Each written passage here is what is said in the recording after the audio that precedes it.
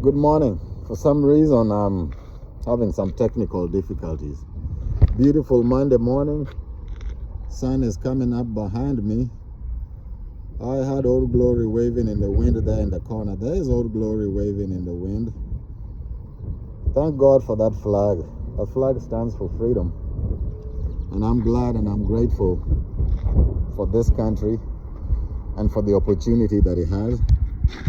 I'm also glad and I'm also grateful and I'm also proud to call myself a Kenyan citizen.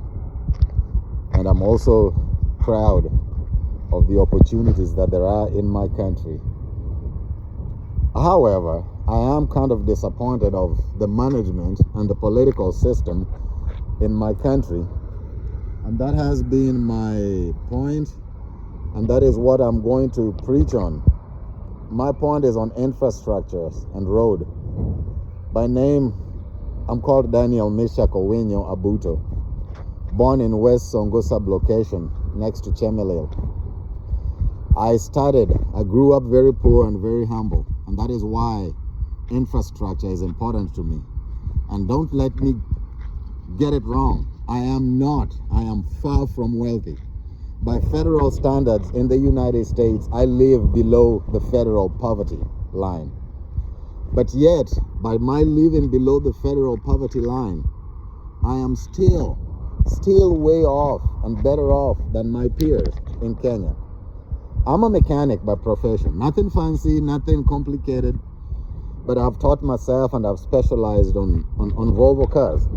And that is specifically what I do for a living. I love that flag, man. That wind is doing us justice this morning. And I just love that flag blowing there behind me. The point I want to bring across this morning is here recently, I had a death in my family. My uncle passed away. And at his funeral, first of all, we are usually constantly divided along political lines by political leaders, especially the Luos and the Kalenjins. Now, I want to bring it to you that I grew up in a very, very volatile area of Kenya when it comes to tribal conflict. I grew up around Kopere, where anybody who knows there, we constantly have problems, the Luos, with the Kalenjins stealing our cows. I can't count on how many occasions as a child and a young man growing up, we had to go, chase down some cows that had been stolen from our village by Kalenjins late at night, and it was vice versa. The wound that I think can bring change to this, and my family, please forgive me for saying this without consulting with y'all.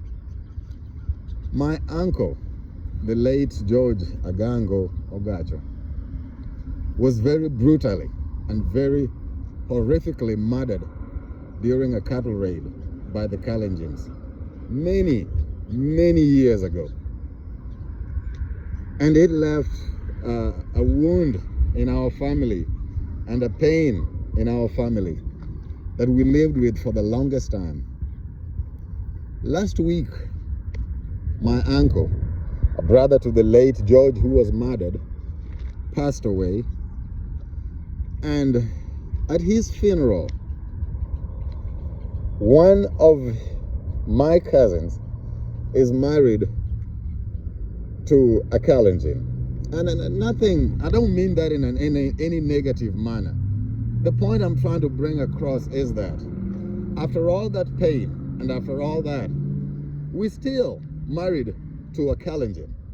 Meaning that at the end of the day, we are not that tribalistic and we are not that divided. And therefore, we should not let politicians and political leaders use that to divide us and cause us to kill each other mercilessly, brutally, and unnecessarily. Because at the end of the day, we are brothers and we are sisters and we live together. And I will add on the roads and infrastructure. My time is coming up where I have to stop this. I had a different channel that was based in Kenya. I'm gonna try to link the two. For those who have joined me and share, I enjoy that. Thank you.